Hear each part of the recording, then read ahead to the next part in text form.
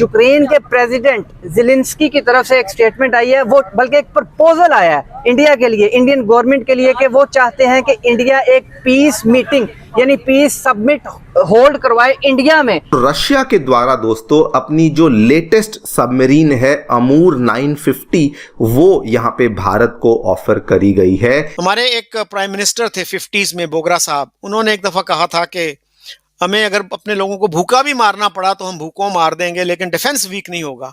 और भाई लोगों को जब भूखा मारोगे तो डिफेंस किसका करोगे? इस पर्टिकुलर सबमरीन के माध्यम से अगर भारत चाहता है तो पानी के अंदर से भी लगातार एक साथ 10 ब्रह्मोस मिसाइल्स को लॉन्च करने की क्षमता भी भारत के पास आ सकती है। और उसके असले में एंटी एयरक्राफ्ट गन्स मौजूद हैं, वो रॉकेट लॉन्चर्स उनके पास मौजूद है। कौन सा जदीद असला है? देखिए ज़ेलेंस्की की मैं आपको बात बताऊं, आप कुछ महीने पीछे चले जाइए तो यही ज़ेलेंस्की हिंदुस्तान के लिए बड़ी उल्टी सीधी बातें कर रहे थे। इवन के इनके मुल्क में हिंदुस्तान के लिए मीम बनना शुरू हो गए हुए थे। आज वो हिंदुस्तान को प्रपोजल दे रहे हैं, हिंदुस्तान का तरला मिन्नत कर रहे हैं। इसका जब लॉन्च होती है तो कुछ इस तरीके से नजर आती है। पानी के अंदर से मिसाइल यहाँ पे लॉन्च होती है, पहले वर्टिकल जाती है, उसके बाद ये एक प्रोजेक्टाइल मोशन को फॉलो करती है एंड देन जाकर के अपने दुश्मन को ये डिस्ट्रॉय करती है। उन्हें पता है कि दुनिया के बीच में अगर पीस का विजन कोई लेके चल रहा है, अगर दुनिया में कोई पीस करवा सकता है तो वो हिंदुस्तान ही है,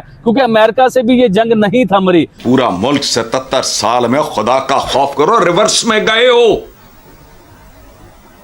पाकिस्तान जब बना हमने किसी का 1 रुपया नहीं देना था। पाकिस्तान में तो एक सियासी इशू है ना ये, कि लोगों को अगर आपने डराना है कि इंडिया के साथ अच्छे ताल्लुकात नहीं कहने, वो नहीं, वो अखंड भारत कर लेंगे अगर अच्छे ताल्लुकात हो गए। जो आपसे अलहदा हुए, इकोनॉमिक कंडीशंस उनकी बेहतर है।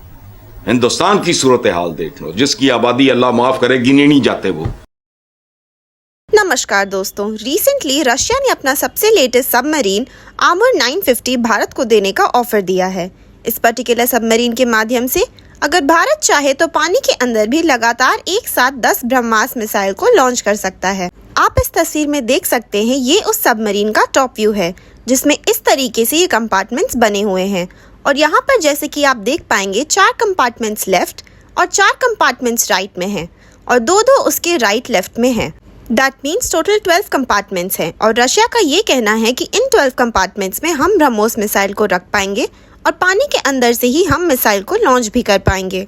अभी कुछ दिन पहले मोदी जी यूक्रेन विजिट करके आए और हमने देखा कि अब ज़ेलेंस्की भी भारत से एक पीस समिट होस्ट करने को कह रहा है, जिसके माध्यम से रशिया यूक्रेन की जंग को खत्म करने की बात की जाएगी। यानी एक तरफ रशिया जो भारत को डिफेंस में मदद कर रहा है, वहीं दूसरी तरफ यूक्रेन जो भारत से मदद की भीख मांग रहा है।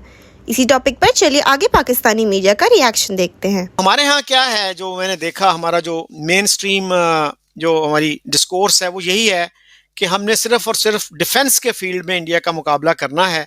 कि अगर इंडिया के पास 4000 टैंक हैं तो फिर हम सोचते हैं अच्छा हमारे पास 2000 तो होने ही चाहिए। अगर उनके पास 2000 मिलिट्री एयरक्राफ्ट हैं तो हमारे पास 1000 तो होने ही चाहिए। हम ये नहीं देखते कि अगर वहाँ पे 24,000 लोग पीएचडी कर रहे हैं और उनमें से ज़्यादातर स्टेम में हैं, साइंस टेक्नोलॉजी मैथ में हैं, तो हमारे यहाँ कितने हैं? तो पीएचडी के मैं फिगर्स कहीं देख रहा था कि हमारे यहाँ कोई 1500 लोग पीएचडी करते हैं। शायद वो अब तादाद थोड़ी सी बढ़ गई हो, 2000 हो गई हो। तो इंडिया के 24,000 और हमारे जो हैं 2000, तो आप देख लीजिए कि कितना फर्क। ये पीएचडी करने वाले बता रहे हैं जी, दैट्स राइट। तो इस तरह के जो मसाइल हैं हमारी, देखिए कोई भी यूनिवर्सिटी दुनिया की 300 की जो टॉप यूनिवर्सिटीज़ हैं उसमें नहीं आती। हमारा कोई थिंक टैंक जो है ऐसा नहीं है जो वर्ल्ड रैंकिंग में कहीं 200-300 पे भी आ जाता हो। तो ये जो चीज़ें हैं इनकी तरफ हमें तवज्जो देने की ज़रूरत है और हमने जो है सारा फोकस रखा डिफेंस पे। हमारे एक प्राइम मिनिस्टर थे 50s में, बोगरा साहब, उन्होंने एक दफ़ा कहा था कि हमें अगर अपने लोगों को भूखा भी मारना पड़ा तो हम भूखों मार देंगे, लेकिन डिफेंस वीक नहीं होगा। और भाई लोगों को जब भूखा मारोगे तो डिफेंस किसका करोगे? तो अनफॉर्चुनेटली हमारी ये जो अप्रोच रही है ना, उसने हमें तबाह कर दिया है। शकील साहब, ये क्या भुट्टो साहब ने भी कहा था ना कि घास खाएंगे लेकिन एटम हम बनाएंगे। या दैट्स राइट। और उन्होंने तो 1000 साल तक जंग की भी बात की थी। भाई पाकिस्तान क्या इसलिए बनाया था कि हमने 1000 साल तक जंग लड़नी है, या आपने अपने अवाम को बेहतर जिंदगी देनी थी, उनको फैसिलिटीज देनी थी, उनको तालीम देनी थी, सेहत देनी थी? तो हमारे जो हैं मतलब ऐसे लोग जो वेस्ट से पढ़ के गए, बर्कले से, ऑक्सफोर्ड से, उनकी भी अप्रोच इसी तरह की रही कि हमने जनाब इंडिया को जो है ना नीचा दिखाना है और हम बड़े मार्शल लोग हैं, हम जंग में बहुत अच्छे हैं। तो इस तरह की बातें जो हैं, अब देखिए इंडिया के जो लोग हैं, इंडिया के लीडर्स, उन्होंने कभी इस तरह की जो है ना बेलिजरेंट स्टेटमेंट्स नहीं दी, to the best of my knowledge, जैसी हमारे लीडर्स देते रहे हैं, हमारे साइंसदान देते रहे हैं। एक साइंसदान उठता है, वो कहता है जी हम 15 मिनट में इंडिया को मलियामेट कर सकते हैं। दूसरा कहता नहीं नहीं हम 10 मिनट में तबाह कर सकते हैं इंडिया को। एक कहता जी 5 मिनट में कर सकते हैं। यार ये क्या क्या है ये? क्या कभी इंडिया के किसी साइंसदान ने ऐसा बयान दिया कि हम चाइना को 15 मिनट में तबाह कर सकते हैं या पाकिस्तान को तबाह कर सकते हैं? ये साइंसदानों के करने की बात नहीं है। उनको तो जो असाइनमेंट दी जाए उस तक आप अपने आप को रखें, लिमिट रखें। तो इस तरह की जो बयानबाजी है सस्ती शोहरत के लिए, this is not good for you, for the country. आप क्या इमेज प्रोजेक्ट करते हैं अपने मुल्क का जब आप ऐसी बातें करते हैं कि आपका जो फोकस है वो डेथ एंड डिस्ट्रक्शन है, नथिंग एल्स? आप जो पॉजिटिव चीजें हैं उनमें क्यों नहीं मुकाबला करते इंडिया का? तो शायद इस वजह से शकील साहब के कर नहीं सकते, अब बहुत पीछे रह गए। और क्या ये भी एक वजह हो सकती है कि अगर आपने कहा कि ये बताना चाहिए था, मीडिया को जो है वो अपडेट करना चाहिए था, एजुकेट करना चाहिए था आवाम को कि ये हो रहा है, तो अगर ये बता देते तो आवाम को तो पता चल जाता कि वो कहाँ पहुंच गए और हम कहाँ रह गए। तो हो सकता है कि छुपाने के लिए ही ना बताया गया हो कि फिर क्या करेंगे, सर्वाइवल भी नहीं तो उससे, है ना उनका। जी उससे फिर ये देखिए ना मुल्क का कितना नुकसान हुआ कि आज हमारी इकोनॉमी जो है वो, बहुत सारे लोग कहेंगे जी कलेप्स कर गई है या कलेप्स कर रही है, कि हमें जो है कर्ज लेने के लिए मजीद कर्ज लेना पड़ता है। आईएमएफ वाले कह रहे हैं जी अगर सऊदी अरेबिया और चाइना आपको रीशेड्यूल कर देते हैं डेट, तो फिर ही हम आपको कर्ज देंगे। यानी इतने इतने बुरे हालात हो गए हैं। और दूसरी तरफ हम ये कहते हैं जी हम इस्लाम का किला हैं, we are the first Islamic republic in the world, हम जनाब we are the strongest country in the Muslim world, और इकोनॉमी की हमारी ये हालत हुई हुई है।